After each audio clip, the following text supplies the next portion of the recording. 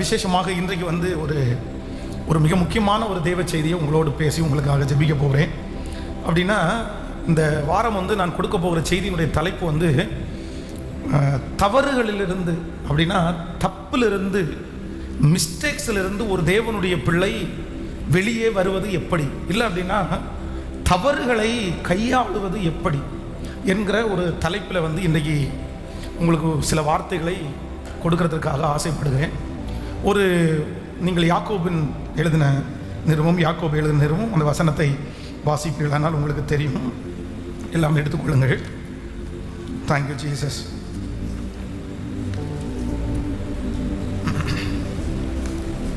மூன்றாம் அதிகாரத்தினுடைய 2வது வசனத்தை நம்ம வாசிக்க போகிறோம். 3ஆம் அதிகாரத்தினுடைய 2வது வசனம். நாம் எல்லாரும் அநேக விஷயங்களில் தவறுகிறோம். ஒருவன் சொல் தவறாதவனானால் அவன் பூரண புருஷனும் தன் சரீரம் முழுவதையும் கடிவாளத்திலே அடக்கி கொள்ளுகிறவனுமாய் இருக்கிறான். போதும், கவனிங்க, பாருங்கள். நாம் எல்லாரும் அநேக விஷயங்களிலே நாம் என்ன செய்கிறோம் அப்படின்னு சொன்னால், வேதம் சொல்லுகிறது தவறுகிறோம். நாம் எல்லாரும், இது அப்படி இருக்கட்டும், நாம் எல்லாரும் அநேக விஷயங்களில் தவறுகிறோம். இந்த நிருபத்தை எழுதின ஆக்கியோன் ஆண்டவரோட நடந்த மனுஷர். இந்த நிருபம் முழுவதுமே ஒரு விசுவாசி எப்படி இருக்கணும், எப்படி நடக்கணும், அவன் நடந்தால் என்ன ஆசீர்வாதம், இல்லை நடக்காவிட்டால் எவ்வளோ பெரிய தண்டனை, இது எல்லாத்தையும் குறித்து ரொம்ப அழகாய், விரிவாய், விவரமாய் சொல்லுகிற இந்த தேவனுடைய மனுஷன் மூலமாய் ஆண்டவர் என்ன எழுதி வைத்திருக்கிறார் என்றால், நாம் எல்லாரும் அநேக விஷயங்களில் தவறுகிறோம். சிலர் நம்ம ஞானஸ்நானம் எடுத்ததற்கு பிறகு நம்ம பரிசுத்தமாய் வாழணும் அப்படின்னு பைபிள் நம்மளை போதிக்கிறது. ஆனால் தவறே செய்யலை, நான் தப்பே பண்ண மாட்டேன், நான் ஞானஸ்நானம் எடுத்ததுக்கு பிறகு ஒரு பொய் கூட நான் சொல்லலை, ஒரு மிஸ்டேக் கூட எனக்கு வரலை, ஒன்றில் கூட நான் விழலை, நான் கோவப்படலை, நான் ஒரு வார்த்தைக்கு கூட கீழ்ப்படியாமல் இருந்ததில்லை அப்படின்னு நான் நம்புகிறேன். எந்த மனுஷனும் சொல்ல முடியாதுன்னு நினைக்கிறேன். இந்த நிருபத்தை எழுதின இந்த தேவ மனுஷனே நாம் எல்லாரும் அநேக விஷயங்களில் தவறுகிறோம் அப்படின்னு அவர் சொல்லுவாரே. ஆனால் கண்டிப்பாக தவறுகள் என்கிறது ஒரு மனிதன் ரட்சிக்கப்பட்ட உடனே, ஒரு மனிதன் ஆண்டவரை ஏற்றுக்கொண்ட உடனே அவ்வளவுதான், தவறே இனி செய்யவே மாட்டான், அவனுடைய வாழ்க்கையில மிஸ்டேக் அப்படின்ற ஒன்று வரவே வராது அப்படின்னு சொல்ல முடியாது. கண்டிப்பாக சில நேரங்களிலே நம் மாம்சத்திலே இருக்கிறதுனாலே, நம்ம இந்த உலகத்திலே இருக்கிறதுனாலே, சில நேரங்களிலே நம்மை அப்படிப்பட்ட சின்ன சின்ன தவறுகள் செய்வதற்கு நேராய் நம்மை சத்துரு நடத்தலாம், நம்முடைய ஜப குறைவுகள் அப்படி நடத்தலாம். ஆனால் ஒன்று நினைத்து கொள்ளுங்கள், அந்த தவறை நீங்கள் சரியான விதத்திலே நீங்கள் கையாளவிட்டா அந்த தவறு சில நேரத்தில் உங்களை என்ன பண்ணுன்னா பாதாள குழிக்கு கொண்டு போய் தள்ளும். உலகத்திலே சில தவறுகள் விளைவுகள் ரொம்ப பெருசாக இருக்காது. சில தவறுகள் ஒரு பெரிய விளைவாக இருக்காது. சரி, ஓகே, அது கர்த்தருடைய பார்வைக்கு அதை மாறணும், அதுலேருந்து திருந்தணும், அதையும் செய்யக்கூடாது. ஒருவன் பூரண புருஷனாய் மாறணும். பரிசுத்த வேதாகமம் நம்ம தவறு செய்வதை ஒத்துக்கொள்ளலை. நீங்கள் தவறு செய்யுங்க அப்படின்னு சொல்லலை.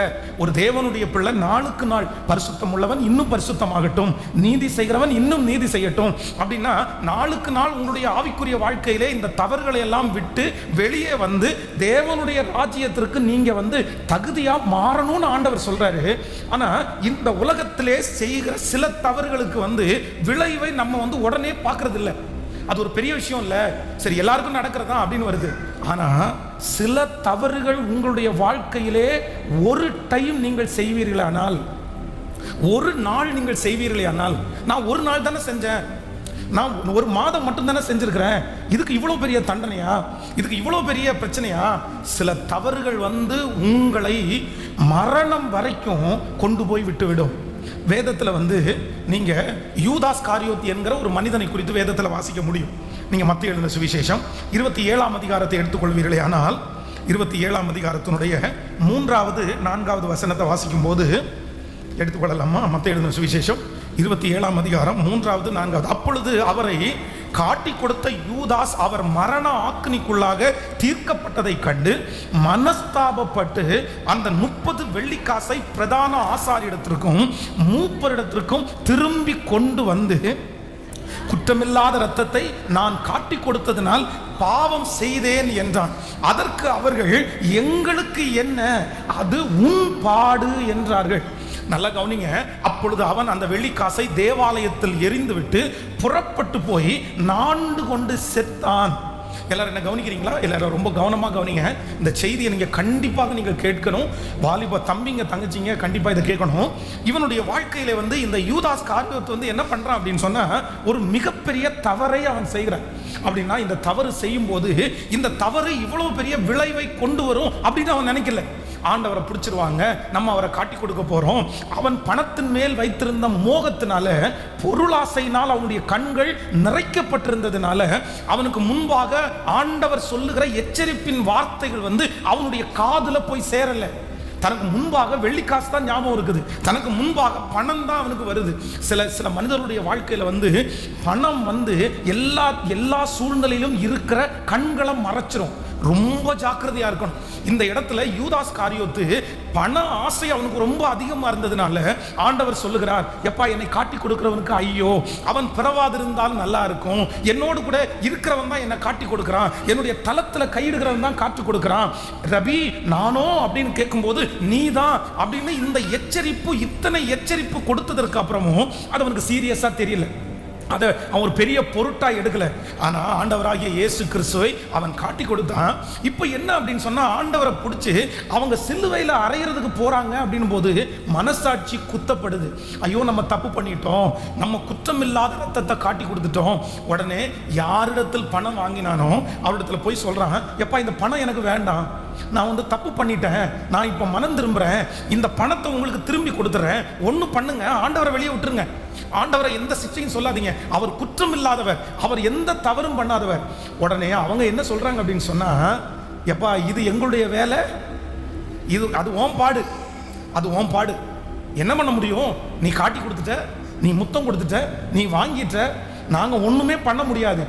உடனே தன்னுடைய இருதயத்திலே தான் செய்த தவறை நினைத்து குற்ற மனசாட்சி அதிகமானதுனால வேதம் சொல்கிறது, அவன் அந்த வெள்ளிக்காசை தேவாலயத்திலே எறிந்து விட்டு நாண்டு கொண்டு செத்தான்.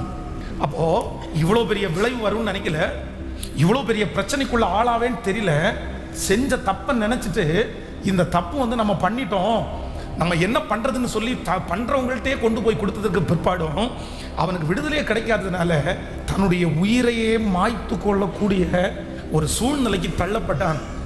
நீங்க ரொம்ப கவனமா இருக்க வேண்டியது என்ன தெரியுமா, சில தவறுகள் வந்து உங்களை அவ்வளோ பெரிய பாதிப்புக்குள்ள ஆளாக்காம இருக்கலாம். ஆனா நீங்கள் சில தவறுகளை செய்வீர்களே, ஆனால் இந்த உலகத்திலே உங்களுடைய வாழ்க்கையை கூட நீங்க வெற்றியாய் வாழ முடியாது. நான் நிறைய வந்து இந்த ரவுடிகளை எல்லாம் நான் சந்தித்திருக்கிறேன். அவங்க பெரிய கத்தி வச்சுட்டு அப்படியே மிரட்டிட்டு பெரிய தாதா மாதிரி இருக்கிறவங்களெல்லாம் பார்த்துருக்குறேன். ஆனால் தாதாவாக இருக்கிற பெண்களை நான் அதிகமாக பார்த்ததில்லை. அவங்க ரவுடி, அவங்க கீழே 10 பேர் ஒர்க் பண்ணுறாங்க, அவங்க கோஷ்டி லீடராக இருக்காங்க அப்படின்றத பார்த்ததில்லை.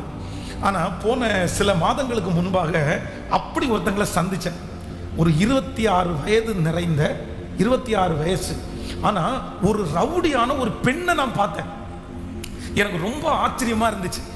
அவங்க வந்து என்னை வந்து சந்திப்பதற்காக என்கிட்ட வந்து ஒரு கவுன்சிலிங்காக வந்தாங்க. அப்போ வந்து பொதுவாக வந்து சகோதரிகள் வந்து கவுன்சிலிங் வருவார்கள், ஆனால் சில சூழ்நிலை, சில பிரச்சனை, சில மன வருத்தம் அப்படி இருக்கும், அவங்க சொல்லுவாங்க. இவங்க அவங்களுடைய வாழ்க்கையை குறித்து என்கிட்ட சொன்னாங்க. எனக்கே ஒரு மாதிரி ஆயிடுச்சு. நீங்கள் என்ன சொல்கிறீங்க சிஸ்டர், உண்மைதானே அப்படின்னும் போது அவங்க 2-3 ஃபோட்டோ எல்லாம் எடுத்து காமிச்சாங்க. அவங்க எப்படின்னா ஒரு ரவுடி கும்பலுடைய தலைவி, அவங்களுக்கு கீழே அடி ஆட்கள் இருக்கிறாங்க. அவங்க சொல்கிறாங்க, எனக்கு வந்து பெரிய கடன் பட்ட சூழ்நிலையில் இருக்கிறேன், ஆனால் என்னை கூப்பிட்டு தான் இருக்கிறாங்க. ஒரே ஒரு விஷயம், ஒரு பர்சனை அடிக்கணும், ஒரு காரியத்தை நான் பண்ணணும், இதை பண்ணிட்டேன் அப்படின்னு சொன்னால் என் கடன் முழுக்க அவங்களே முடிச்சிருவாங்க, நான் செட்டில் ஆயிடுவேன். ஆனால் என்னமோ தெரில, கொஞ்ச நாட்களாக வந்து ஆண்டவருடைய வார்த்தை என்னை தொட்டுட்டே இருக்குது. எப்போ நான் யூடியூப்பை திறந்தாலும் இயேசு என் கூட பேசுறது மாதிரியே இருக்குது, அதனால அங்கே போகிறதுக்கு எனக்கு மனசு இல்லை, என் கூட நீங்கள் எனக்கு கவுன்சிலிங் கூட எனக்காக ஜெபம் பண்ணுங்க அப்படின்னு சொன்னாங்க. அப்போது எனக்கு வந்து ரொம்ப ஆச்சரியமாக இருந்துச்சு. அவங்க ஒரு வார்த்தை சொன்னாங்க, பாஸ்டர் நான் வந்து இதிலிருந்து வெளியே வரணும்னு எடுக்கிற முயற்சி வந்து இதில் கிட்டத்தட்ட நான் ஒரு 10-15 முறை நான் வந்து முயற்சி எடுத்துட்டேன். ஆனால் அது என்னை விட மாட்டேங்குது, என்னை துரத்திட்டே வருது. நான் இதற்கு முன்பாக செய்த அத்தனை தவறுகளும் என்னை திருந்த விடலை, என்னை மாற விடலை. நான் மாறணும்னு நினைச்சாலும் என்னை பாதுகாப்பதற்காக நான் திரும்பி செய்ய வேண்டியதாக இருக்குது அப்படின்னு அவங்க சொன்னாங்க. அதனால ஆண்டவருடைய பிள்ளைகள் ஒவ்வொருத்தரும் தவறு செய்யும் போது ரொம்ப கவனமாய் கவனிங்க. அதனுடைய பின் விளைவு வந்து நமக்கு ரொம்ப மோசமான ஒரு சூழ்நிலையில போயிடக்கூடாது. நீங்க செய்கிற தவறு உங்களை பாவத்தினுடைய உச்சகட்டத்துக்கு கொண்டு போய் விட்டுறக்கூடாது. நீங்கள் செய்கிற தவறு உங்களுக்கு பழக்கமாகவே மாறிடக்கூடாது. நீங்கள் செய்கிற தவறு நீங்க நினைச்சா கூட உங்களால விட முடியாதுன்ற ஒரு சூழ்நிலையிலே நீ உங்களை கொண்டு போய் விட்டுறக்கூடாது. சிலர் வந்து தவறை ஜாலியாக ஆரம்பிக்கிறவங்க, தவறை வந்து விளையாட்டுத்தனமா ஆரம்பிக்கிறவங்க, அந்த தவறை இன்றைக்கு செய்ய முடியாம இருக்க முடியல. அது எங்களை தொடர்ந்துருச்சு, நாங்கள் விளையாட்டுத்தனமாக ஆரம்பித்தோம், சும்மா ஜாலிக்காக தான் ஆரம்பித்தோம், ஆனால் இப்போ நான் விடணும்னு நினைக்கிறேன், விட முடியலன்னு தவிக்கிற நிறைய பேர் இருக்கிறார்கள். அதனால தேவனுடைய பிள்ளைகள் தவறு செய்யும் போது ரொம்ப கவனமாக கவனிக்கணும். அதனுடைய பின் விளைவு சில நேரத்தில் ரொம்ப மோசமாக இருக்கும். நான் இன்றைக்கு வந்து இந்த தவறை நான் செஞ்சுட்டேன், நான் உண்மைதான் பாஸ்டர், ஒரு பாவம் நான் செஞ்சுட்டேன், ஒரு ஒன்று என்னை தொடர்ந்துட்டே வருது, என்னால் விட முடியல, நான் அதுலேருந்து வெளியே வர நினைக்கிறேன், முடியல, நான் எப்படி கையாளுகிறது, நான் என்ன செய்கிறது அப்படின்றவங்களுக்கு ஒரு சில காரியங்களை உங்களுக்கு வேகமாய் சொல்லி உங்களுக்காக நான் ஜெபிக்க ஆசைப்படுகிறேன். நம்பர் 1, முதலாவதாக ஒரு வசனத்தை வாசிக்க போகிறோம். எல்லாரும் எடுத்துக்கொள்ளலாம், ஒரு வசனத்தை வாசிக்கலாம். Thank you Jesus. 1 ராஜாக்கள் வாசிங்க. அதற்கு முன்பாக 1 சாமுவேலின் புஸ்தகத்தை வாசிங்க. 1 சாமுவேல் 2ஆம் அதிகாரத்தினுடைய 25வது வசனத்தை வாசிக்கலாமா? 1 சாமுவேல் 2ஆம் அதிகாரத்தினுடைய 25வது வசனத்தை வாசிக்க போறோம். மனுஷனுக்கு விரோதமாக மனுஷன் பாவம் செய்தால் நியாயாதிபதிகள் அதை தீர்ப்பார்கள். ஒருவன் கர்த்தருக்கு விரோதமாக பாவம் செய்வானே ஆகில் அவனுக்காக விண்ணப்பம் செய்யத்தக்கவன் யார் என்றான். அவர்களோ தங்கள் தகப்பன் சொல்லை கேளாமற் போனார்கள், அவர்களை சங்கரிக்க கர்த்தர் சித்தமாயிருந்தார். நீங்கள் 1 சாமுவேல் 2ஆம் அதிகாரம் 12வது வசனத்தை கூட வாசிக்கலாம். 2ஆம் அதிகாரத்தினுடைய 12வது வசனம், ஏலியின் குமாரர் பேலியாளின் மக்களாய் இருந்தார்கள், அவர்கள் கர்த்தரை அறியவில்லை.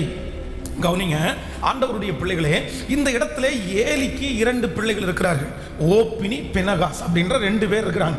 இவங்க என்ன பண்றாங்க அப்படின்னு சொன்னா, யாருமே செய்யக்கூடாத 2 விதமான தவறுகளை அவர்கள் செய்கிறார்கள். ஒன்று என்ன செய்யறாங்க அப்படின்னு சொன்னா, தங்களுக்கென்று கொடுக்கப்படுகிற இறைச்சியை அல்ல, ஆசாரியரிடத்தில் போய் வம்படியா எங்களுக்கு இந்த இறைச்சி தான் வேணும் அப்படின்னு சொல்லி அவர்கள் மாமிச பட்சிகளாய், அப்படின்னா ரொம்ப வந்து போஜன பிரியர்களாய் அவர்கள் இருக்கிறார்கள். அப்போ சாப்பாடு கூட ஒரு ஆண்டவருடைய பிள்ளைகள் வந்து அதுல கூட ரொம்ப லிமிட்டா தான் இருக்கணும் அப்படின்னு பைபிள் சொல்லுது. அது கூட வந்து நீங்க கவனமா இல்லாம இருக்கக்கூடாது. இவர்கள் போஜன பிரியர்களா இருந்தார்கள். அது மட்டுமல்ல, தேவ ஆலயத்திலே வருகிற ஸ்திரீகளோடு அவங்க நேசமா இருந்து தவறான உறவுகளை அங்க ஆலயத்தில் செஞ்சாங்க. உடனே ஆண்டவருடைய எச்சரிப்பு அவர்களுக்கு நேராய் வருகிறது. தன்னுடைய தகப்பன் அவர்கள் 2 பேரையும் கூப்பிட்டு சொல்றாரு, எப்பா நீங்க மனுஷனுக்கு விரோதமா பாவம் செஞ்சா கூட பரவாயில்ல, நீங்க கர்த்தருக்கு விரோதமா பாவம் செய்றீங்க, உங்களுக்காக யார் வேண்டுதல் செய்ய முடியும்? மனுஷனுக்கு விரோதமா நீங்க செஞ்சீங்கன்னா யாராவது உங்களுக்காக ஜெபம் பண்ணுவாங்க, உங்களுக்காக வழக்காடுவாங்க, உங்களுடைய பாவத்திற்காய் திறப்பில் நிற்பாங்க. நீங்க தேவனுக்கு விரோதமாய் செய்றீங்க, நீங்க மனம் திரும்புங்க அப்படின்னு எச்சரிப்பாங்க. ஆனா இந்த ஓப்பினி பினகாஸ் 2 பேர் என்ன செய்வாங்கன்னா, அவர்களோ தங்கள் தகப்பன் சொல்ல ஒரு பெரிய பொருட்டாகவே என்ன பண்ணலைன்னா அவங்க எடுக்கவே இல்லை. அது ஒரு பெரிய விஷயமா எடுக்கல. ஒன்று நினைத்துக் கொள்ளுங்கள். நம்பர் 1, முதலாவதாக ஒரு தேவனுடைய பிள்ளை தவறை கையாளுவது எப்படி அப்படின்னு சொன்னா, நம்ம தப்பு பண்ணணும் அப்படின்ற ஒரு உணர்வுள்ள இருதயம் ஃபர்ஸ்ட் உங்களுக்கு வேணும். பக்கத்தில் கையை பிடிச்சி சொல்லுங்க, நீங்கள் தவறு செய்யும் போது உங்களுக்கு ஒரு உணர்வு வேணும், நான் பண்ணினது தப்பு, எனக்கு ஒரு உணர்வுள்ள இருதயம் எனக்கு வேண்டும். தவறிலிருந்து ஒரு தேவனுடைய பிள்ளை எப்படி தப்பிக்க முடியும், எப்படி வெளியே வர முடியும் அப்படின்னு சொன்னா என்ன வேணும் தெரியுமா? உணர்வு வேணும். அடிக்கடி கடிந்து கொள்ளப்பட்டும் தன் பிடரியை கடினப்படுத்துகிறவன் சகாயமின்றி சடுதியிலே நாசமடைவான் என்று பைபிள் நமக்கு சொல்லுது. ரொம்ப கவனமாக இருக்கணும். சிலருக்கு என்ன இல்லை அப்படின்னு சொன்னால், உணர்வுள்ள இருதயம் அவங்கள விட்டு வெளியே போயிடுச்சு. ஒரு நாள் பொய் சொன்னால் நிறைய பேர் ஆண்டவரிடத்தில் மன்னிப்பு கேட்டாங்க. ஒரு சின்ன பொய் சொன்ன உடனே அந்த நாள் முழுக்க, ஆண்டவரே நான் ஒரு பொய் சொல்லிட்டேன், ஆண்டவரே நான் உனக்கு பொய் சொல்லிட்டேன், அந்த உணர்வுள்ள இருதயம் இருந்துச்சு. ஆனால் நாட்கள் தாண்ட தாண்ட தாண்ட நிறைய பேருக்கு என்ன இருதயம் போச்சு தெரியுமா? இப்போ 10 பொய் சொன்னாலும் உணர்வு இல்லை, இப்போ ஜெபம் பண்ணாமல் இருந்தால் உணர்வு இல்லை, இப்போ பைபிள் வாசிக்காமல் இருந்தால் உணர்வு இல்லை, இப்போ வாயில் அசுத்தமான வார்த்தையை பேசினா உணர்வு இல்லை, இப்போ அந்த தப்பு பண்ணுனா உணர்வு இல்லை. ஆனால் இந்த சத்தத்தை கேட்குற ஒவ்வொருத்தரும் ஆண்டவரிடத்தில் என்ன கேட்கணும் தெரியுமா? எனக்கு உணர்வுள்ள ஒரு இருதயத்தை எனக்கு தாரும். தவறிலிருந்து ஒரு தேவனுடைய பிள்ளை வெளியே வரணும் அப்படின்னு சொன்னால், ஃபஸ்ட்டு தவறை குறித்து ஒரு உணர்வுள்ள ஒரு இருதயம். வேதத்தில் அம்னோன் அப்படின்ற ஒரு மனுஷனை குறித்து வேதத்தில் வாசிக்கிறோம். அவனுடைய சொந்த தங்கச்சி ஆகிய தாமார் மேலே அவனுடைய கண்களுடைய இச்சை அவங்க மேலே விழுது. உடனே அவங்கள அடையணும்னு முயற்சி எடுக்கிறான். அதற்காக வியாதிஸ்தனை போல நடித்து தன்னுடைய தகப்பனாரை வர சொல்லி தன்னுடைய தகப்பனாருடைய இருதயத்தை பேச்சினாலே மாற்றி அவன் பெரிய பிளான் பண்ணி ஐடியா பண்ணி அவன் மனதிலே இருந்த அந்த தவறை அவன் செஞ்சு முடிச்சிட்டான். ஆனால் என்ன அப்படின்னு சொன்னால், அந்த தவறை முடிச்சுட்டு நம்ம தப்பு பண்ணிட்டோம், நம்முடைய சகோதரிக்கு நம்ம துரோகம் பண்ணிட்டோம், நம்முடைய தகப்பனாருக்கு நம்ம இப்படி பண்ணிட்டோம் அப்படின்ற ஒரு சின்ன உணர்வு கூட இல்லாமல் அவன் அந்த பெண்ணை வெளியே தள்ளுப்பா, அவளை பிடிச்சி வெளியே தள்ளு, எதுக்கு அவள் உட்காந்துருக்கிறா? அந்த அந்த அந்த தாமார் சொல்கிறாங்க, முன்னாடி நீ எனக்கு செஞ்ச துரோகத்தை விட இப்போ நீ எனக்கு செய்கிற துரோகம் ரொம்ப பெருசு. நீ முன்னாடி செஞ்ச துரோகத்தை கூட நீ எனக்கு முந்தி செய்த அநியாயத்தை பார்க்கலாம், இப்பொழுது என்னை துரத்தி விடுகிற அந்த அநியாயம் கொடுமையாக இருக்கிறது என்றால், ஆனாலும் அவள் சொல்லை கேட்க மனதில்லாம ஆட்களை அனுப்பி அவளை தன்னிடத்தில் சேவிக்கிற தன் வேலைக்காரரை கூப்பிட்டு, நீ இவளை என்னை விட்டு வெளியே தள்ளி கதவை பூட்டு என்றான். அவ்வளோ பெரிய தப்பு பண்ணியிருக்கிறான், அவ்வளோ பெரிய மிஸ்டேக் பண்ணியிருக்கிறான். சரி, நம்ம இவ்வளோ பெரிய தப்பு பண்ணிட்டோமேன்ற அந்த உணர்வு கொஞ்சம் கூட இல்லாமல் எடுத்தெறிஞ்சு பேசிட்டு திட்டிட்டு அவளை கழுத்தை பிடிச்சி வெளியில் தள்ளிட்டு என்ன பண்ணுறான் தெரியுமா? அவன் முன்பு செய்து கொண்டிருந்த அந்த வேலையை, ஆடு மேய்க்கிற, மயிர் கத்தரிக்கிற, ஜாலியாக வெளியே போகிற, நிறைய பார்ட்டி பண்ணுற, ஒரு உணர்வு கூட இல்லாமல் அவன் பாட்டுக்கு செஞ்சுட்டே இருந்தான். ஆனால் வேதம் சொல்லுது, அவனுடைய வாழ்க்கை ரொம்ப நாள் நீடிக்கலை, அவனுடைய சந்தோஷம் ரொம்ப நாள் நீடிக்கல, அவனுடைய வேலை ரொம்ப நாள் நீடிக்கல. ஒரு நாள் அவனுடைய சகோதரன் அவனுக்கு விரோதமாய் எழும்பி, வேதம் சொல்லுகிறது, அவனை கொன்று போட்டான். இந்த ஜெபத்தில் இருக்கிற யாருக்காக ஆண்டவர் பேசுறாருன்னு தெரியல. ஒருவேளை ஃபர்ஸ்ட்ல இருந்த உணர்வுள்ள இருதயம் எனக்கு இல்லை, என்னால் உணரவே முடியல. இதே போல தப்பு பண்ணிட்டு அப்பாவை திட்டுற பிள்ளைங்க இருக்கிறாங்க. தப்பு பண்ணிட்டு, தப்பு பண்ணது அவரு, ஆனால் தன்னுடைய மனைவியை திட்டுறவங்க இருக்கிறாங்க, தன்னுடைய கணவனாரை திட்டுறவங்க இருக்கிறாங்க. கொஞ்சம் கூட உணர்வே இல்லாமல், ஐயோ நான் தப்பு பண்ணிட்டேன், நான் கொஞ்சம் இறங்கி போகணும், நான் ஒரு மன்னிப்பு கேட்கணும், நான் ஜெபம் பண்ணணும், நான் ஃபர்ஸ்ட்ல மாதிரி இருந்துட முடியாது. அவங்க ரொட்டீனாக எதை செய்கிறார்களோ அதை அப்படியே பண்ணிட்டு இருக்காங்க. இந்த ஜெபத்தில் அவ்வளோ பெரிய தவறை செய்துவிட்டு ஒரு உணர்வு கூட இல்லாமல் நீங்கள் செஞ்சிட்டு இருக்கிற தொழிலே, நீங்கள் செஞ்சிட்டு இருக்கிற வேலையே நீங்கள் செஞ்சு சந்தோஷமாகவே நீங்கள் இருப்பீர்களே. ஆனால் இன்று ஆண்டவர் உங்களோட பேசுகிறாரு. கொஞ்சமாவது உங்களுடைய மனதில் என்ன வேணும் தெரியுமா? சொல்லுங்க, என்ன படணும் சொல்லுங்க, பக்கத்தில் கையை பிடிச்சி சொல்லுங்க, கர்த்தர் உணர்வுள்ள ஒரு இருதயத்தை, கொஞ்சமாவது வருத்தப்படுகிற ஒரு இருதயத்தை. ஒரு காலத்தில் மன்னிப்பு கேட்டவங்க நீங்கள் நிறைய பேர் மன்னிப்பு கேட்கறது இல்லை. ஒரு காலத்தில் அழுது ஜெபம் பண்ணவங்க நிறைய பேர் நீங்கள் அழுது ஜெபம் பண்ணுறதுக்கு. ஏன் தெரியுமா? அவங்க நிறைய பேருக்கு ரொம்ப ஈஸியாகிடுச்சு. உணர்வுள்ள இருதயம் அவங்கள விட்டு போயிடுச்சு. உணர்வுள்ள இருதயம் அவங்கள விட்டு போயிடுச்சு. ஆனால் இன்று ஆண்டவர் எல்லாருக்கும் கொடுக்கணும்னு நான் ஆசைப்படுற ஒன்று என்ன அப்படின்னா, ஆண்டவரே என்னுடைய தவறுக்காக நான் வருந்துறேன், என் தவறுக்காக நான் மனஸ்தாபப்படுறேன், என் தவறுக்காக ஒரு குற்ற உணர்வு என்னிடத்தில் இருக்குது, நான் செஞ்சது மிஸ்டேக் தான் ஆண்டவரே, நான் செஞ்சது தவறு தான் ஆண்டவரே, என்னை மன்னிச்சிருங்க ஆண்டவரே. இதனால எனக்கு சந்தோஷம் இல்லை.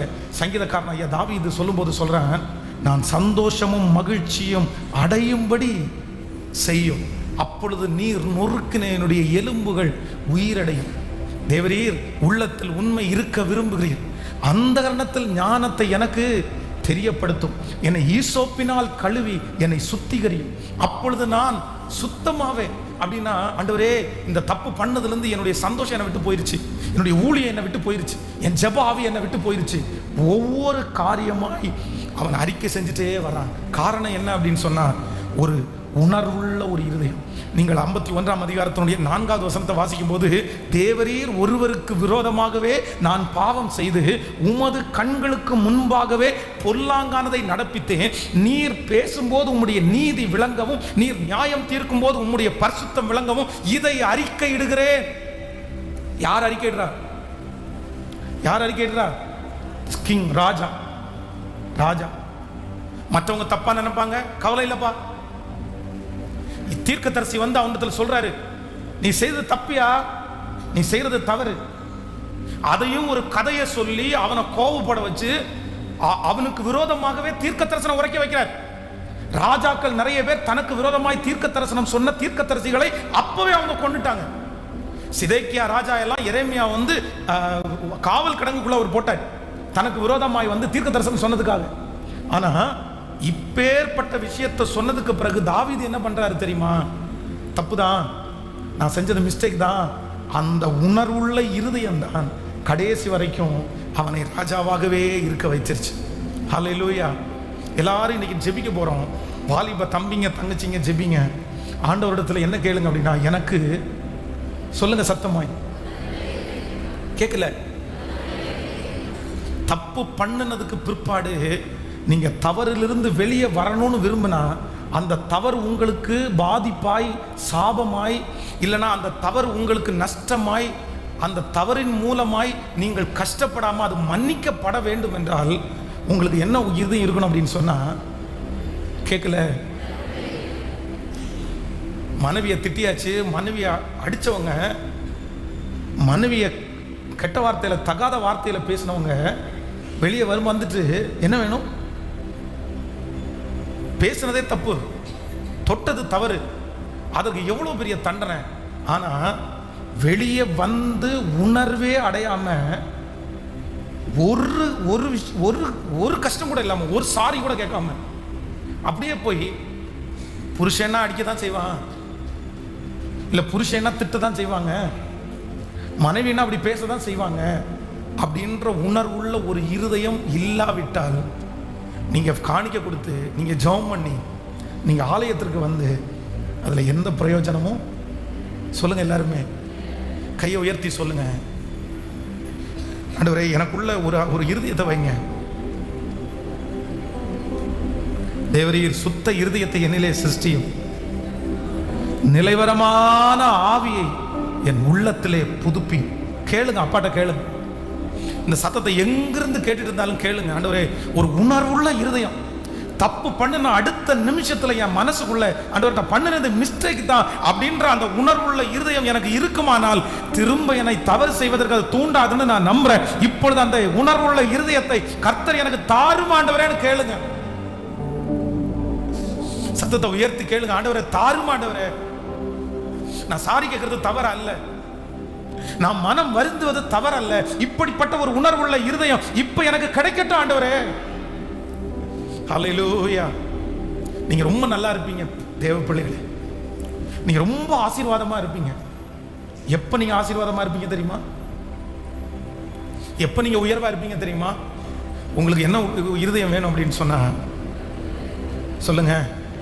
ஒருவேளை நீங்கள் தவறு செய்ததை யாரும் பார்க்காம இருக்கலாம், ஆனா அட்லீஸ்ட் யார்கிட்டையாவது போய் கேட்கணும்.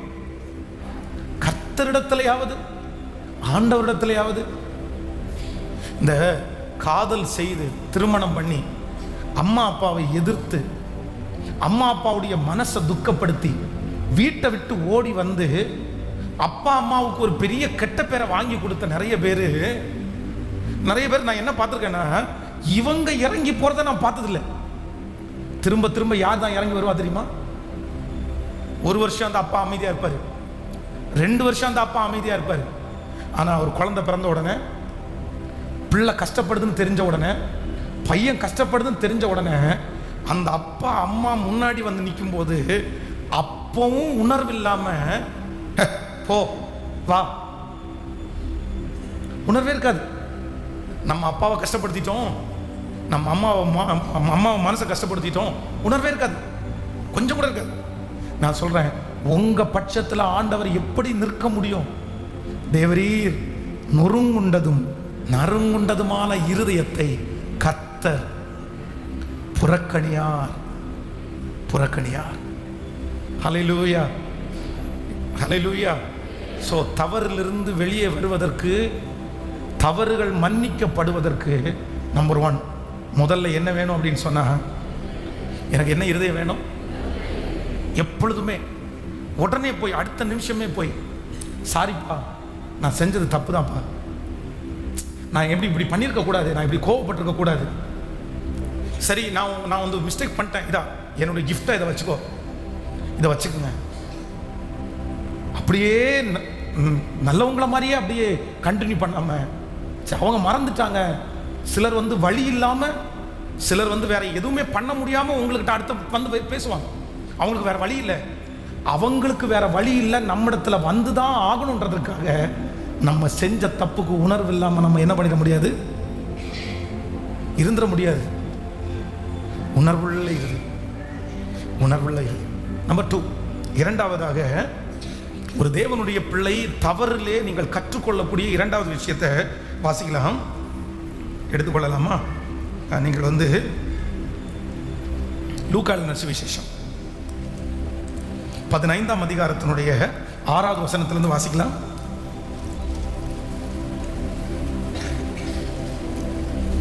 வீட்டுக்கு வந்து சிநேகிதரையும் அயலகத்தாரையும் கூட வரவழைத்து, காணாமற் போன என் ஆட்டை கண்டுபிடித்தேன், என்னோடு கூட சந்தோஷப்படுங்கள் என்பான் அல்லவா?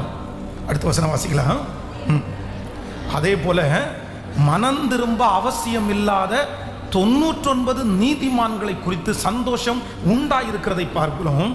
மனம் திரும்புகிற ஒரு பாவியின் நிமித்தம் பரலோகத்தில் மிகுந்த சந்தோஷம் உண்டாயிருக்கும் என்று உங்களுக்கு சொல்லுகிறேன். 3வது வசனத்தை வாசிக்கலாம். 15ஆம் அதிகாரம் 3வது வசனம். அன்றி அவர்களுக்கு அவர் சொன்ன ஓமையானது, உங்களில் ஒரு மனுஷன் 100 ஆடு உடையவனாயிருந்து அவைகளில் ஒன்று காணாமற் போனால் 99 ஆடுகளையும் வனாந்தரத்திலே விட்டு காணாமற் போன ஆட்டை கண்டுபிடிக்கும் அளவும் தேடாதிருப்பானோ? கண்டுபிடித்த பின்பு அவன் சந்தோஷத்தோட அதை தன் தோளில் மேல் போட்டுக்கொண்டு, நீங்க அப்படியே 20 வாங்க, அப்படியே வாங்க, நீ 16வது வசனத்தில் வாசிக்கும் போது, அப்பொழுது பன்றிகள் தின்கிற தவிட்டினாலே வயிற்றை நிரப்ப ஆசையாயிருந்தான், ஒருவனும் அதை அவனுக்கு கொடுக்கவில்லை. அவனுக்கு புத்தி தெளிந்த போது அவன் தன் தகப்பனுடைய கூலிக்காரர்கள் எத்தனையோ பேருக்கு பூர்த்தியான சாப்பாடு இருக்கிறது, நானோ பசியினால் சாகிறேன், நான் எழுந்து என் தகப்பன் இடத்திற்கு போய், தகப்பனே, பரத்திற்கு விரோதமாகவும் உமக்கு விரோதமாகவும் பாவம் செய்தேன், இனி உம்முடைய குமாரன் என்று சொல்லப்படுவதற்கு நான் பாத்திரன் அல்ல, உம்முடைய கூலிக்காரர்கள் ஒருவனாக என்னை வைத்துக் கொள்ளும் என்பேன் என்று சொல்லி எழுந்து புறப்பட்டு தன் தகப்பனிடத்திற்கு வந்தான். அவன் தூரத்தில் வரும்போதே அவனுடைய தகப்பன் அவனை கண்டு மனதுருகி ஓடி அவன் கழுத்தை கட்டிக்கொண்டு அவனை முத்தம் செய்தான். குமாரன் தகப்பனை நோக்கி, தகப்பனே, பரத்திற்கு விரோதமாகவும் உமக்கு விரோதமாகவும் பாவம் செய்தேன், இனிமேல் உம்முடைய குமாரன் என்று சொல்லப்படுவதற்கு நான் பாத்திரன் அல்ல என்று சொன்னான்.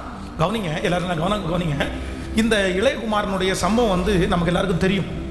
தன்னுடைய தகப்பனாரிடத்திலே தன்னுடைய சொத்துக்காக என்ன பண்ணுறான் அப்படின்னா, போராடி எனக்கு சொத்தை கொடுத்துருங்க, நான் வெளியே போகிறேன், நான் உங்களோட இருக்க விரும்பலை அப்படின்னு சொல்லி வலுக்கட்டாயமாய் தன்னுடைய தகப்பன் சம்பாதித்த சொத்தை, தனக்குரிய பங்கை அவன் எடுத்துக்கொண்டு, அதுவும் தன்னுடைய தகப்பனிடத்தில் எந்த பர்மிஷனும் கேட்காம அந்த சொத்தை முழுக்க அதை வித்துட்டு அவன் வெளி ஊருக்கு தன்னுடைய நண்பர்களோடு சேர்ந்து அவன் போய் இப்போ எல்லா பணத்தையும் அவன் வந்து விரயம் பண்ணிட்டான்.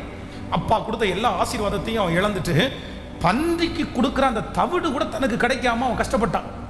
இப்போ என்ன பண்ணுறான் அப்படின்னு சொன்னால், வேதம் சொல்கிறது, புத்தி தெளிந்து தன் தகப்பனாடத்திற்கு திரும்பி வந்து, தகப்பனே, உமக்கு விரோதமாகவும் பரத்திற்கு விரோதமாகவும் யார் பாவம் செஞ்சா? யார் பாவம் செஞ்சா? பக்கத்தில் இருக்கிற கையை பிடிச்சி சொல்லுங்க, உங்க தவறு மன்னிக்கப்படணும்னா, உங்க தவறுகளிலிருந்து நீங்க வெளியே வரணும்னா, உங்க தவறுகளை நியாயப்படுத்துகிறத நீங்க என்னைக்கு நிறுத்துறீங்களோ அன்னைக்கு தான் தவறிலிருந்து நீங்க வெளியே வர முடியும். ஆமென். நிறைய பேருடைய தவறுகள் இன்றைக்கு சாபமாய் மாறுவதற்கு என்ன காரணம் தெரியுமா? நிறைய பேருடைய தவறுகளிலே அவர்கள் தண்டிக்கப்படுவதற்கு என்ன காரணம் தெரியுமா? நிறைய பேர் அவருடைய தவறுகளிலிருந்து வெளியே வராமல் இருப்பதற்கு என்ன காரணம் தெரியுமா? என்னன்னா, அவங்க நிறைய பேருக்கு இருதயத்துக்குள்ள தன்னை சுற்றி இருக்கிற காரியத்தை தான் சொல்லுவாங்களே தவிர, தான் தவறு செய்தது கரெக்டு யார் பண்ண மாட்டாங்க, யார் செய்ய மாட்டாங்க. இப்படி இருந்தா செய்துதானே ஆவாங்க, இப்படி இருந்தா செஞ்சுதானே ஆகணும். எத்தனை நாள் தான் பொறுக்கிறது? நான் செஞ்சது தப்புப்பா, தப்பு இல்லப்பா, என்னுடைய சூழ்நிலையில நீ இருந்தாலும் நீ இந்த தப்பை பண்ணுவ, எனக்கு இப்படி வாய்ப்பு அமைச்சா நீயும் பண்ணிடுவ. கவனிங்க, ஒரு நாளும் உங்களுடைய தவறை நீங்க என்ன படுத்தக்கூடாதாமா? நீ என்ன கோவப்படுத்தின நான் கோவப்படுத்தினேன், நீ என்ன திட்டுன நான் உன்னை திட்டுனேன், நீ இந்த மாதிரி பண்ண நான் இந்த மாதிரி பண்ணேன், என்ன தப்பு? தன்னுடைய குற்றத்தை என்ன பண்ணுவாங்க அப்படின்னு சொன்னா நிறைய பேர் நியாயப்படுத்துவாங்க. வாலிபர்கள் நிறைய பேர், வாலிபர் நாள் இத்தனை இவன் அவன் பண்ணலையா, பாஸ்டருடைய பையன் பண்ணலையா, யூத் லீடர் பண்ணலையா, விசுவாசி மூப்பனார் விசுவாசி பண்ணலையா, அந்த குடும்பம் பண்ணலையா, இவங்க பண்ணலையா, தன்னை நியாயப்படுத்துறது. உங்களுடைய தவறுகளை நீங்க நியாயப்படுத்துகிற வரைக்கும் உங்க குடும்பத்தில் சமாதானம் வராது, நீங்க திருந்த முடியாது, உங்களுடைய தவறுனுடைய தண்டனை உங்களை விட்டு கண்டிப்பாக போகாது. நம்முடைய தவறுக்காக முதலாவது நம்பர் 1, நான் என்னுடைய தவறுக்காக ஃபர்ஸ்ட் என்ன பண்ணணும்? ஒரு உணர்வு பண்ணணும். இரண்டாவது, என்னுடைய தவறு செய்யும் போது நான் என்ன செய்யணும் அப்படின்னா, ஆண்டவரே என்னுடைய தவறை நான் நியாயப்படுத்துறதுக்கு என்ன பண்ணல, விரும்பல, நியாயப்படுத்துறதுக்கு விரும்பல. என்ன இருந்தாலும் நான் செஞ்சது தப்பு தான் ஆண்டவரே, நான் இப்படி பண்ணியிருக்க கூடாது ஆண்டவரே, நான் இந்த மாதிரி செஞ்சிருக்க கூடாது ஆண்டவரே. நீ கோவப்படுத்தின உடனே நான் கோவப்பட்டிருக்கலாமா? நீ இப்படி செஞ்ச உடனே நான் செஞ்சிருக்கலாமா? கூடாது, கூடாது. இந்த இருதயம் உங்களுக்குள்ள வருமானால் ஆண்டவர் உங்க கூட இருக்கிறார். நீங்க ஆண்டவரோட தூரம் போல. ஹல்லேலூயா. கைகளை உயர்த்தி ஆண்டவரிடத்துல கேளுங்க, ஆண்டவரே என்ன நான் நியாயப்படுத்த நான் விரும்பல. சொல்லுங்க, ஆண்டவரே என்ன நான் நியாயப்படுத்த நான் விரும்பல. முழு பலத்தோட சொல்லுங்க, ஆண்டவரே என்ன நியாயப்படுத்த நான் விரும்பல, என் மிஸ்டேக் தான் ஆண்டவரே அது. நான் வெளியே வரணும்னு ஆசைப்படுறவங்க அத்தனை பேரும் கையை உயர்த்தி சொல்லுங்க, நீங்க பண்ற தவறுகள் இருந்து வெளியே வரணும்னு ஆசைப்படுறவங்க சொல்லுங்க, அப்பா நான் என்ன எந்த காரணத்துக்கும் நியாயப்படுத்தல, ஆனா என் மனசுக்குள்ள சத்துரு நியாயப்படுத்துவதற்கான சூழ்நிலையை விதைச்சிட்டே இருக்கிறான். என்ன தப்பு இதுல?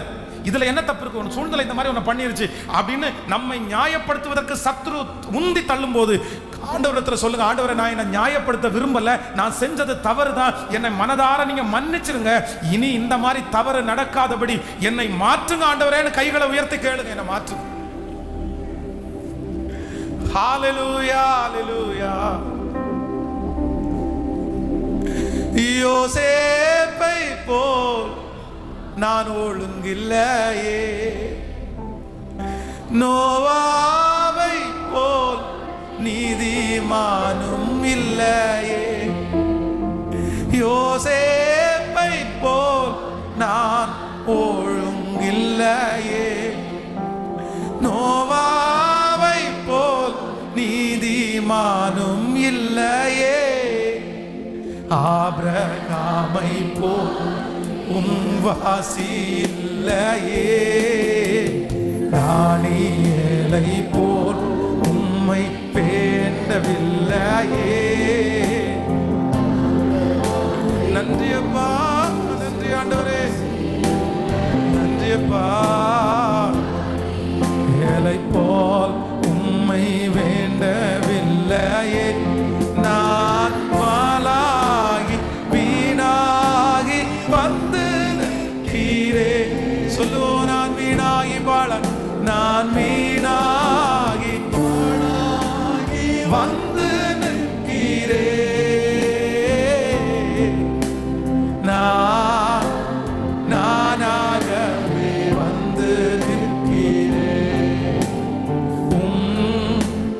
பிரசனத்தில் வந்து நிற்கிறேன். நீ இன்று என்னை ஏற்றுக்கொள்வீரா? ராஜ்யத்தில் சேர்த்து கொள்வீரா? நானாகவே வந்து நிற்கிறேன். பிரசனத்தில் வந்து நிற்கிறேன்.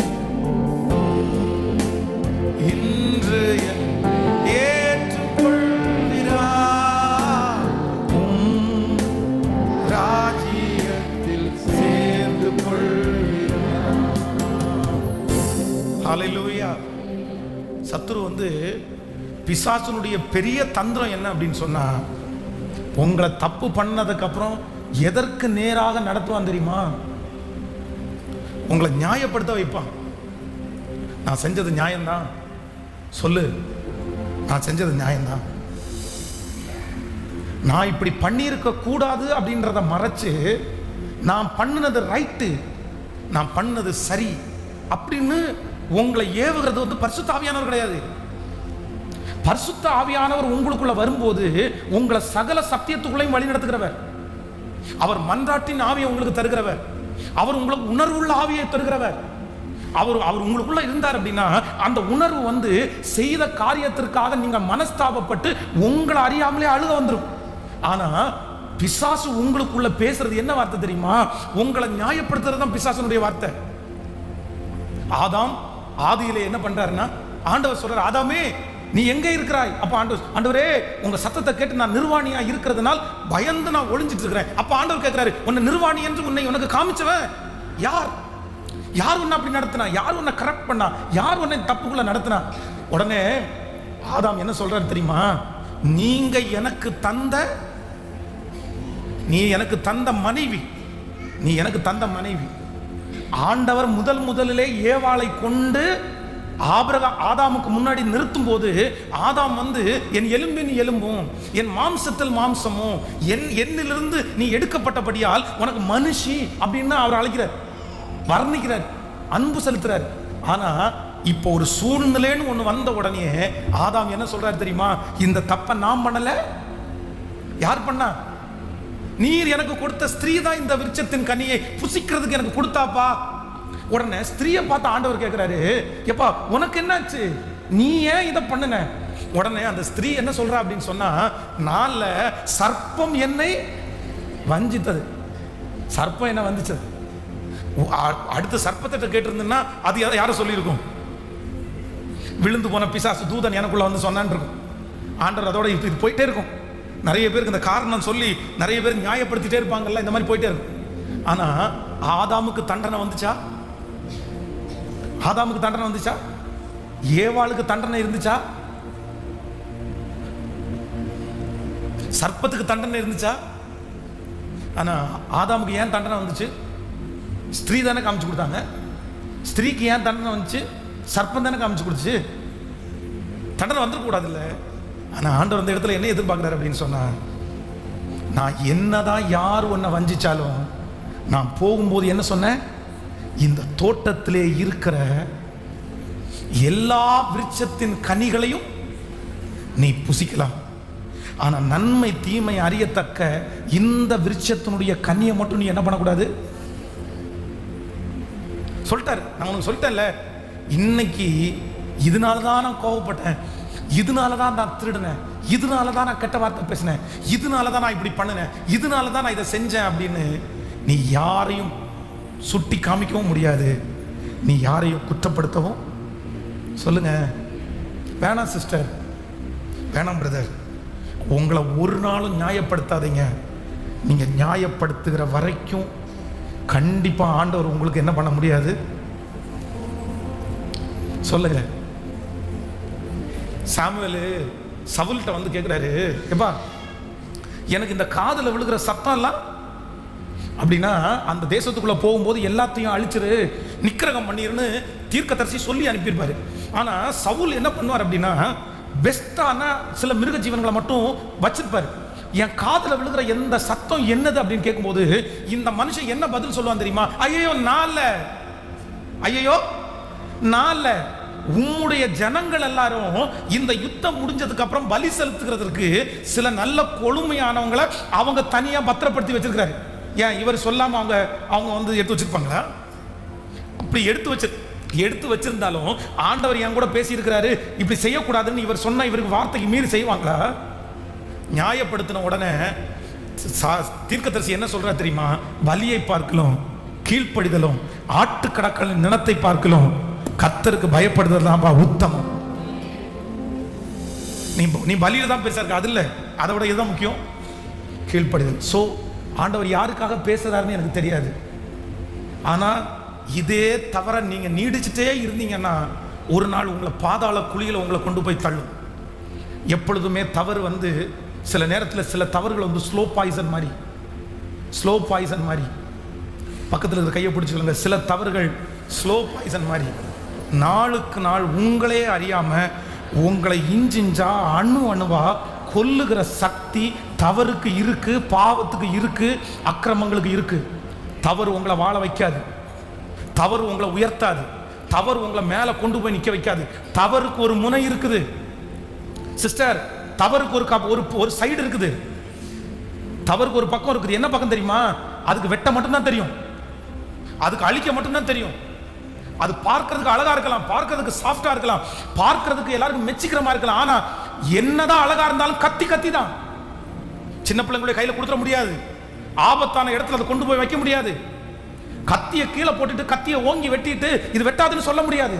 அதனால எந்த தவறு செய்தாலும் தவறு உங்களை கொண்டு போகிற பாதை மரணம், தவறு உங்களை கொண்டு போகிற பாதை அழிவு, பாவத்தின் சம்பளம் மரணம். அதுக்கு மாற்று கருத்தே கிடையாது. ஆனா நீங்க மனம் திரும்பினீங்கன்னா கர்த்தர் உங்களுக்கு நீடிய வாழ்வை கர்த்தர் தருவாரு. தங்கள் பாவங்களை மறைக்கிறவன் வாழ்வடைய மாட்டான், அவற்றை அறிக்கை செய்து விட்டு விடுகிறவன் இரக்கம் பெறுவான். தவறையே நீடிச்சிடலாம், இந்த தவறையே நீடிச்சிடலாம், அவ்வளவுதான். ஒரு தவறு பண்ணிட்டோம், அடுத்து பிரச்சனை இல்லை அப்படி நினைக்காதீங்க. ஆண்டவர் என்ன சொல்றாரு தெரியுமா? இல்ல, தவறு பண்ணியாச்சு, இல்ல இனி அதை நியாயப்படுத்தாம யாரு தான் காரணம்? நான் செய்த பாவத்திற்கு நான் காரணம். அப்படி ஒரு தீர்மானத்தை மட்டும் எடுங்க. கர்த்தர் உங்களை அதிலிருந்து விடுதலையாக்க வல்லவராக இருக்கிறார். வாலிப தம்பி தங்கச்சி, நீ வந்து கொஞ்சம் கொஞ்சமா உன்னை அணுவாய், அதான் பொய்யான மாயை பின்பற்றுகிறவர்கள் தங்களுக்கு வரும் கிருபையை போக்கடித்துக் கொள்கிறார்கள். காலைதோறும் அவருடைய கிருபை, காலைதோறும் எப்படி உங்களுக்கு கிருபை ஜெபம் பண்ண அதிகமாகுதோ, ஆண்டவரை தேட எப்படி கிருபை அதிகமாகுதோ, அப்படியே தப்பு பண்ண உங்களுடைய கிருபைகள் ஒன்றொன்றாய் குறையும் என்கிறத நீங்க மறந்துடவே கூடாது. அதுக்கு என்ன பண்ணணும்னா, உங்களை அழிக்கிற பாய்சனை நீங்க சாப்பிட்றாதீங்க. நேற்றைக்கு வந்து ஒரு 2 minutesல இந்த ஒரு பெரிய அந்த வேர்ல்டு விதத்தில் ரொம்ப ஃபேமஸான ஒரு ஃபைட்டர் அப்படின்ற ஒரு உடல் பலம் உள்ள ப்ரூஸ்லி அப்படின்ற ஒரு மனுஷனுடைய வாழ்க்கை சரித்திரம் ஒரு 2 secondsல வந்து அதை போட்டிருந்தாங்க. அப்போ வந்து சொல்கிறாங்க அப்படின்னாங்க, அவனுக்கு ரொம்ப நேசித்த ஒரு நபர் வந்து அவனுக்கு பாய்சன் கொடுத்து அந்த கொஞ்சமாக அந்த ஸ்லோ பாய்சன் வந்து அந்த மனுஷனுடைய சின்ன வயசில் அவரை கொண்டு பிடிச்சி அப்படின்னாங்க. அப்புறம் வந்து மிகப்பெரிய பாடகரான மைக்கேல் ஜாக்சன் வந்து கடந்த சில ஆண்டுகளுக்கு முன்னாடி அந்த மைக்கேல் ஜாக்சன் இறந்துட்டார். அப்போ வந்து அவருடைய தாயார் வந்து ஒரு ஸ்டேட்மெண்ட் ஒன்று கொடுத்துருந்தாங்க. என்ன அப்படின்னு சொன்னால், இவங்க உயிரோடு இருக்காங்க, அவங்களுக்கு இன்னைக்கு 80 வயசு தாண்டிடுச்சு. அவங்க பையன் சின்ன வயசில் இறந்ததுனால அவங்களுக்கு ரொம்ப கஷ்டமாக இருந்துச்சு. நான் உயிரோடு இல்லை, நான் உயிரோடு இருக்க, என் பிள்ளை செத்துட்டானே அப்படின்ற மனத்தாங்கல். ஆனால் அந்த மைக்கேல் ஜாக்சனுக்கு வந்து ட்ரீட்மெண்ட் பார்த்த டாக்டர் வந்து அவரை வந்து ஜெயிலில் அடைச்சிட்டாங்க. அப்போ அந்த ஜெயிலில் அடைக்கும் போது அவங்க சொன்னாங்களாம்மா, இப்போ நான் வந்து என் பையன் இறந்ததை குறித்து ரொம்ப துக்கமாக இருந்தேன், பட் இப்போ எனக்கு மனசுக்கு சமாதானமாக இருக்குது. அப்படின்னா ஏன் அப்படின்னு சொன்னால், என் பையனை வந்து இந்த மாதிரி கொண்டு போட்ட ஒருத்தர் வந்து ஜெயில் தண்டனை கிடச்சில்ல, எனக்கு திருப்தியாக இருக்குது அப்படின்னா. ஏன் அந்த மைக்கேல் ஜாக்சனுடைய டாக்டரை ஏன் பனிஷ் பண்ணாங்க அப்படின்னு அவர் நிறைய புத்தகம், மைக்கேல் ஜாக்சனை ட்ரீட்மெண்ட் பார்த்தா அந்த டாக்டர் வந்து ஜெயிலில் இருக்கும்போது அவர் ஒரு புத்தகத்தை எழுதியிருக்கிறார் அவரை குறித்து எல்லாத்தையுமே. என்ன அப்படின்னு சொன்னால், மைக்கேல் ஜாக்சனுடைய உடம்புல வந்து நிறைய ஆப்ரேஷன், சில மீட்டிங் பண்ணிட்டு இருக்கும்போது கீழே விழுந்து அப்படியே மூக்கு உடஞ்சி அதில் ஒரு ஆப்ரேஷன், அப்புறம் அது செட் ஆகாமல் அப்படியே தொடர்ந்து வந்து ஆப்ரேஷன் மேலே ஆப்ரேஷன் போட்டு பண்ணினதுனால அவருக்கு தூக்கம் சுத்தமாக இல்லாமல் கொஞ்சம் கொஞ்சமாக இந்த மெடிசன் அவருக்கு கொடுத்து தூங்க வச்சு, அப்புறம் வந்து ரொம்ப ஆங்ஸைட்டி இருக்கிறதுனால அதுக்கு மெடிசன் கொடுத்து, இப்படியே மாத்திரையினுடைய டோஸை வந்து ரொம்ப அதிகப்படுத்துறதுனால அவர் செத்து போனார். அப்புறம் அவரை கொன்னது வந்து இந்த டாக்டர் தான். நீங்கள் எப்படி இந்த ட்ரீட்மெண்ட் கொடுக்கலாம், ஓவர் டோஸ் நீங்கள் கொடுத்தீங்க அப்படின்னா அவர் ஜெயிலில் அடைச்சிட்டாங்க. அப்படிப்பட்ட ஒரு மரணத்தை அவர் செஞ்சு. ஸோ இந்த மாத்திரை இல்லைன்னா இந்த உலகத்தில் இருக்கிற பாவம் அதற்கு ஒப்பிடுதான். கொஞ்சம் கொஞ்சமாக நமக்குள்ள வந்து கடைசியில் நம்முடைய பலநலத்தையும் உறிஞ்சு கடைசியில் ஒன்றும் இல்லாமல் நம்மளை வந்து நிற்க வச்சிருக்கும். சிம்சோனை குறித்து வேதம் சொல்லுது, மகா பெரிய பலசாலி தான்.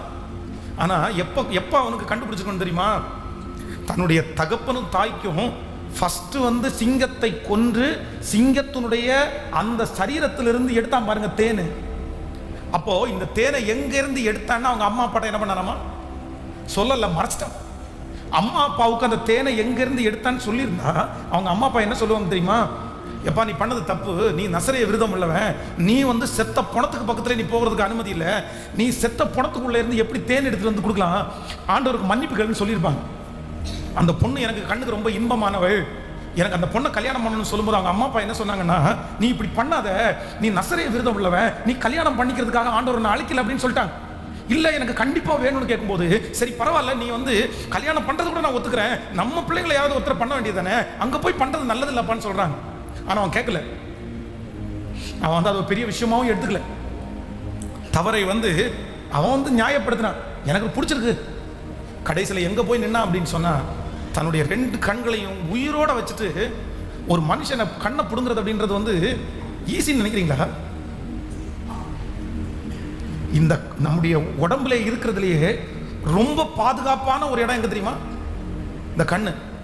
இந்த கண்ணுக்கு பக்கத்தில் ஒரு கை லைட்டா போறதுக்குள்ள நம்முடைய கண்ணு மூடிடும், அந்த இமைகள் மூடிடும். அவ்வளவு பாதுகாப்பான இடம். ஆனா உயிரோட வச்சுட்டு அவன் மேல அவ்வளவு வெறி அவங்களுக்கு இருந்துச்சு. உயிரோட விட்டுருப்பாங்க நினைக்கிறீங்க?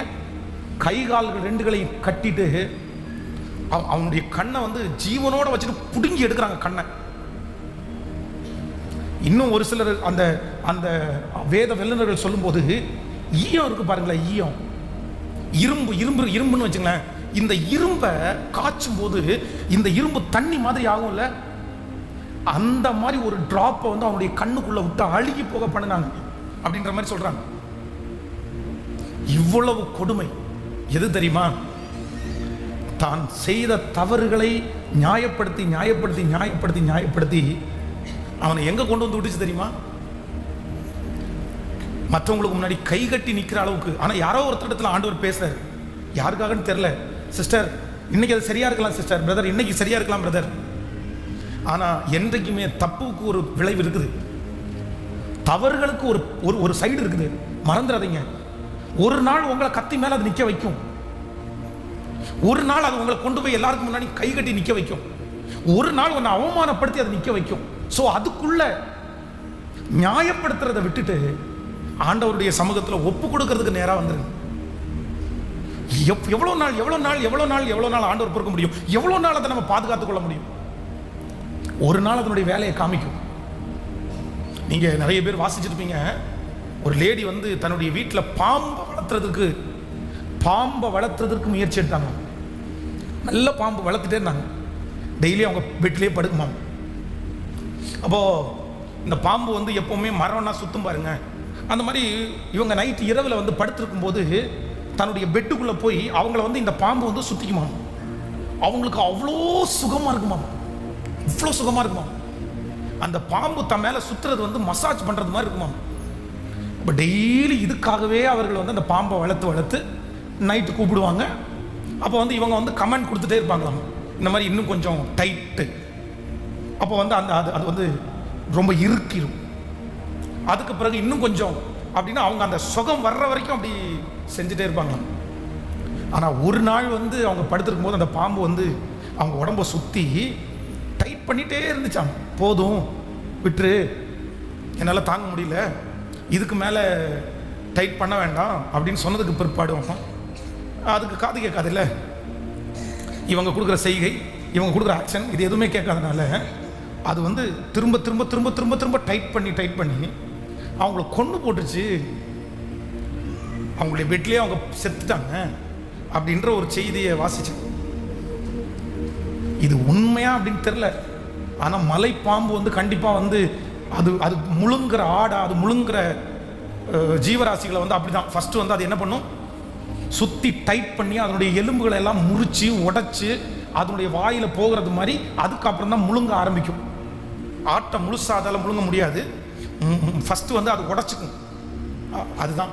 அதனால நம்ம நிறைய பேர் வீடுகளில் நம்மை அறியாமலே விஷ பாம்புகளை வளர்த்துறக்கூடாது. வாலிப தம்பிங்க வளர்த்துறாதீங்க, தங்கச்சிங்க வளர்த்துறாதீங்க. இன்னைக்கு சுகமா இருக்கும், இன்னைக்கு நல்லா இருக்கும். ஆனா தவறுக்கென்று ஒரு முடிவு இருக்குது. அந்த முடிவை யாராலையும் எப்பவும் என்ன பண்ண முடியாது. பக்கத்தில் கையை பிடிச்சு சொல்லுங்க, தவறுக்கென்று ஒரு முடிவு இருக்குது. சொல்லுங்க, எல்லாரும் சொல்லுங்க, தவறுக்கென்று ஒரு முடிவு இருக்குது, பரிசுத்தத்திற்கென்று ஒரு முடிவு இருக்குது, உண்மைக்கு ஒரு முடிவு இருக்குது, தீமைக்கு ஒரு முடிவு இருக்குது. இருக்கா இல்லையா? சொல்லுங்க, இருக்கு. அதனால அதுக்கு முன்னாடி நான் என்ன பண்ணணும்னா, ஹல்லேலூயா, நான் என்ன நியாயப்படுத்த விரும்பல. பாடலாமா அந்த வரிகளை? யோசேப்பை போல் நான் ஒழுங்கில்லையே, நோவாவை போல் நீதிமானும் இல்லையே. யோசேப்பை போல் நான் ஒழுங்கில்லையே, நோவாவை போல் நீதிமானும் இல்லையே.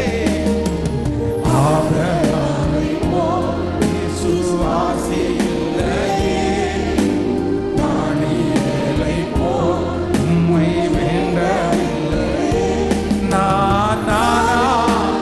தானாக வந்து நிற்கிறேன்.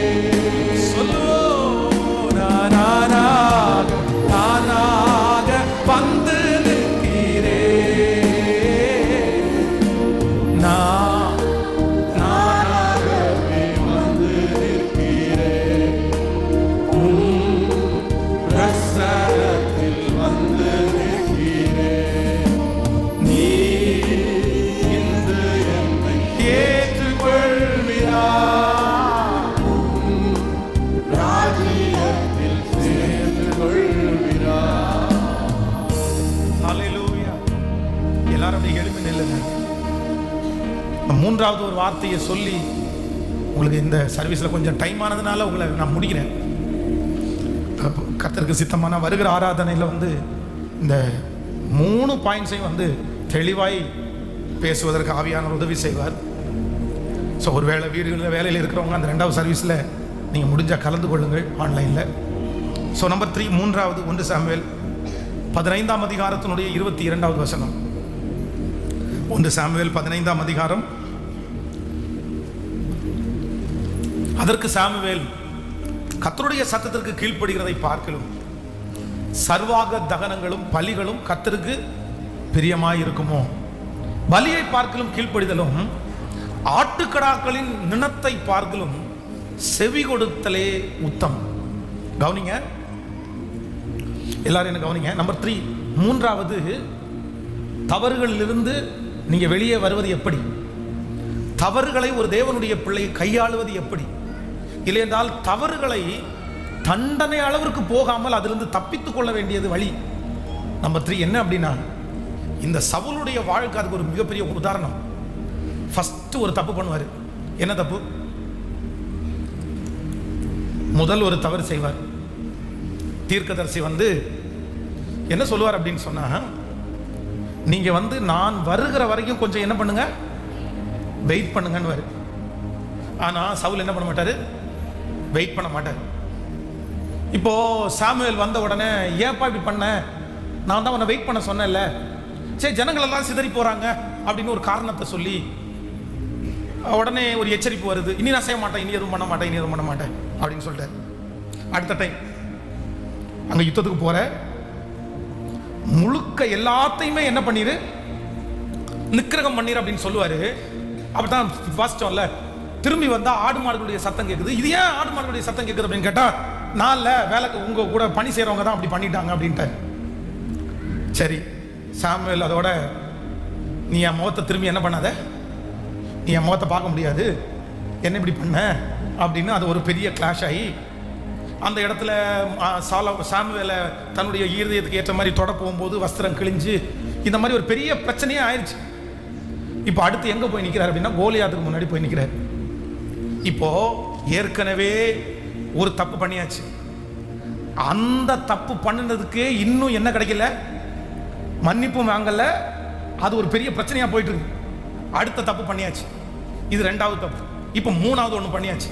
இப்போ கோலியாத்தை ஜெயிச்சுட்டு தாவீது வரும்போது அவங்கெல்லாம் பாடினது தப்பு தான். ஆனால் இவருக்கு எந்த மனுஷன் ஆனாலும் அப்படி வரும், காய் மகாரமாக பார்த்துக்கிறாரு. அதை கூட சரி சமாளிச்சுக்கலாம். என்ன பண்ணுறாரு அப்படின்னு சொன்னால், இவன் சின்ன பையன், தாவீது சின்ன பையன், அவருக்கும் இவருக்கும் ஏணி வச்சா கூட எட்டாது. ஆனால் அந்த பையனை கொல்றதுக்கு என்ன பண்ணுறாரு, முயற்சி எடுக்கிறாரு.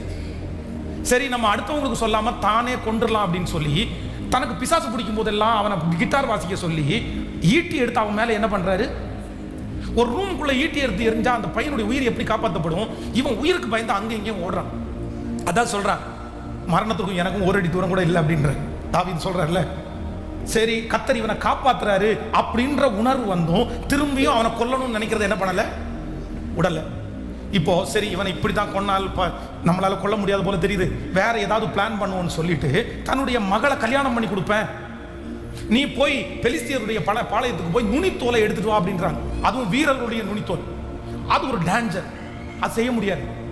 இவன் எப்படியாவது செத்துருவான் அப்படின்னு நினைச்சா அதுல ஒரு பிளான் பண்றாரு. ஆனா தாவீதோடு கூட கர்த்தர் இருந்தனால அவர் என்ன பண்றாரு, ஜெயத்தோட திரும்பி வர்றாரு. இப்போ உணர்வு வரல. சரி இவனை கொல்றதுக்கு என்ன பண்ணலாம்னு அடுத்த பிளானை போட்டு, சரி தன்னுடைய மகள் மீகாள் இவளை ரொம்ப பிடிக்கிறது மாதிரி இருக்கிறதுனால, சரி இந்த பொண்ணை கல்யாணம் பண்ணி கொடுத்துட்டு பொண்ணை கூப்பிட்டு, அவனை கொல்றதுக்காக தான் அவனை கல்யாணம் பண்ணி கொடுத்தேன், உனக்கு வேற மாப்பிள்ளை கல்யாணம் பண்ணி தரேன், நீ கொன்றுன்ற. அந்த பொண்ணு ரொம்ப நல்ல பொண்ணா இருக்கிறதுனால அந்த பொண்ணு அவனை உயிரோட என்ன பண்ணுது. இப்படியே தாவீதை கொல்றதற்கு தப்பு மேல தப்பு மேல தப்பு மேல தப்பு பண்ணி கடைசியில் எங்க வர தெரியுமா, ஜனங்கள் ஊர்ல குறி சொல்றவங்க இருக்க கூடாதுன்னு முதல்ல அழிச்சது யாரு, சவுல். ஆனா இப்ப எங்க போறாரு தெரியுமா, ஊர்ல குறி சொல்றவங்க யார் இருக்காங்கன்னு தேடி போனார். நம்பர் 3, மூன்றாவது, உங்க தவறுகளிலிருந்து வெளியே வர்றதற்கு நீங்க ரொம்ப கவனமா ஒரு முடிவெடுங்க. தப்பு மேல தப்பு. கேட்கல, பக்கத்துல கையை பிடிச்சி சொல்லுங்க, ஏற்கனவே ஒரு தப்பு பண்ணியாச்சு, அதுல இருந்து இன்னும் வெளியே வரல, அதுவே இன்னும் சரியாகல. ஆனா தப்பு மேல தப்பு பண்ணாதீங்க. ஏற்கனவே வாலிப நாட்கள்ல டிஸ்டர்ப் ஆகி யாரையோ ஒருத்தரை கையை பிடிச்சி, ஏதோ ஒரு பொண்ணை கையை பிடிச்சி அது தப்புன்னு தெரிஞ்சு அது விட்டு போய் சண்டை போட்டு பிரிஞ்சு போயாச்சு. திரும்பி என்ன தெரியுமா வந்து, பாஸ்டர் இப்போ வேலை செய்யற இடத்துல ஒருத்தங்க வந்து என் கூட பேசுறாங்க, என்ன ரொம்ப கேர் எடுக்கிறாங்க, எனக்கு என்ன பண்ணணும்னு தெரில. அவங்களும் ஏற்கனவே கல்யாணமாகி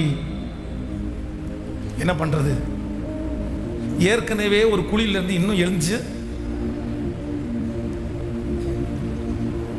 ஒண்ணு இல்ல, இது ஒண்ணு இல்ல, ஏற்கனவே கடன் என்ற ஒரு குழியில சொல்லுங்க உளுந்தாச்சு, அதுல இருந்தே இன்னும் எழும்பி வரல, அதுக்குள்ள அடுத்த ஒண்ணு.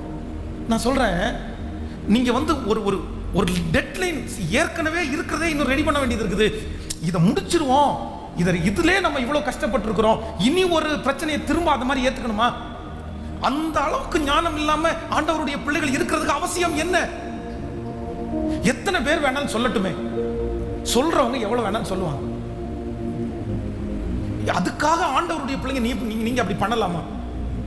இன்னைக்கு இந்த ஜபத்தில் இருக்கிற உங்க ஒவ்வொருத்தருக்கும், இந்த சத்தத்தை கேட்கிற ஆன்லைன்ல கூட கேட்கலாம், உங்க எல்லாருக்குமே ஒரு எச்சரிப்பு தரேன். தயவு செய்து ஏற்கனவே இருக்கிற மிஸ்டேக்ஸை கரெக்ட் பண்றதுக்கு முயற்சி எடுங்க. அதை முதல்ல ரெடி பண்ணுங்க. அதுக்கப்புறம் திரும்ப மிஸ்டேக்னு போகாதீங்க. அது உங்களை கண்டினியூவா கொண்டு போயிடும். அதிலிருந்து வெளியே வந்துருங்க. அதுல முதல்ல செட்டில் ஆயிருங்க. அதை முதல்ல கிளியர் பண்ணிருங்க. அதுக்கப்புறம் அடுத்து ஆண்டவர் எப்படி நடத்துறாருன்னு பொறுமையா வெயிட் பண்ணி ஜெபம் பண்ணி, இனியாவது தப்பா கை வைக்காம, இனியாவது தப்பா கால் வைக்காம, தப்பு மேல தப்பு பண்றேன் பாஸ்டர், தப்பு மேல தப்பு பண்றேன் பாஸ்டர் அப்படின்னா ஓகே, இனி இதை தொட்டுட்டு அடுத்தது, அடுத்து தொட்டுட்டு இப்படியே கண்டினியூவா எங்க வரைக்கும் போகும்? எங்க வரைக்கும் போகும்? கொஞ்சம் கொஞ்சம் கொஞ்சம்னு சொல்லி அது அப்புறம் ஒண்ணுமே இல்லாம போயிடும். அதனால யாருக்காக ஆண்டவர் பேசலான்னு எனக்கு தெரியல, யார் இருக்கீங்கன்னு தெரியல. பிரதர் சிஸ்டர், ஏற்கனவே பண்ணின மிஸ்டேக்கு அவமானப்பட்டுட்டோம், வருத்தப்பட்டுட்டோம், கஷ்டப்படுத்திட்டாங்க, ஜபத்தை மறந்துட்டோம், ஊழியத்தை விட்டுட்டோம், என்னென்னமோ ரொம்ப போயாச்சு. ஆனா இப்ப கர்த்தர் மறுபடியும் எச்சரிக்கிறார்.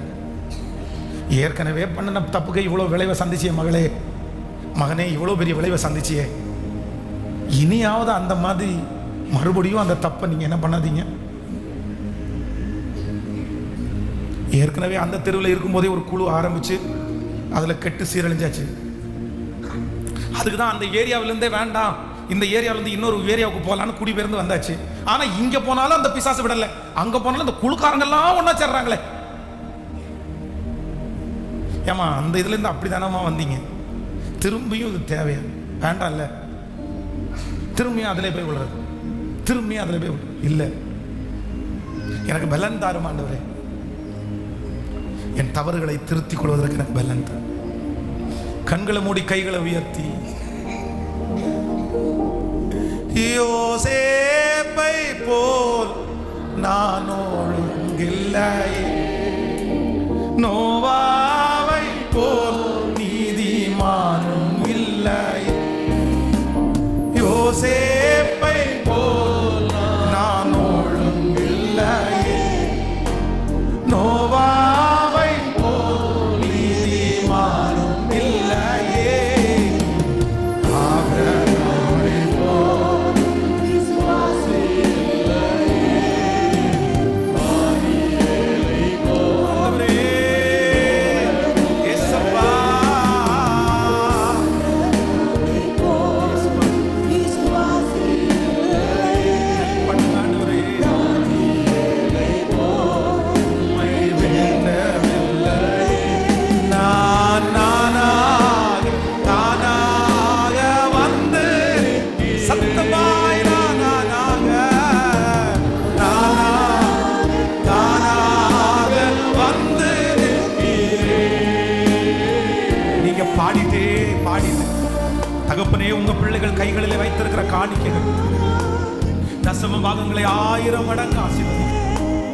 இந்த கம்ஃபர்ட் திருச்சபை ஊழியத்திற்காக எந்த பிள்ளைகள் எல்லாம் இந்த ஊழியத்தினுடைய வளர்ச்சிக்காய் கொடுக்கிறார்களோ, வேலை செய்கிறார்களோ, உழைக்கிறார்களோ, அத்தனை பேர் மேலையும் கர்த்தருடைய கரம் அமர்ந்திருப்பதாக இந்த வாரம் முழுதும் ஆச்சரியமா நடத்துங்க ஆண்டவரே. இந்த 7 நாட்களும் ஆண்டவரே, இந்த ஜெபத்தின் மூலமாய் ஒரு பெரிய அற்புதத்தை எங்களுடைய கண்கள் காண போகிறதற்காய் ஸ்தோத்திரம். உங்க பிள்ளைகளோடு கூட இருப்பீராக, இயேசுவின் மூலம் பிதாவே. காணிக்கை செலுத்தும் போது அப்படியே காணிக்கையை பெற்று எடுத்துக்கொள்ளுங்க. ஓ ஹalleluya, மாதாளை போ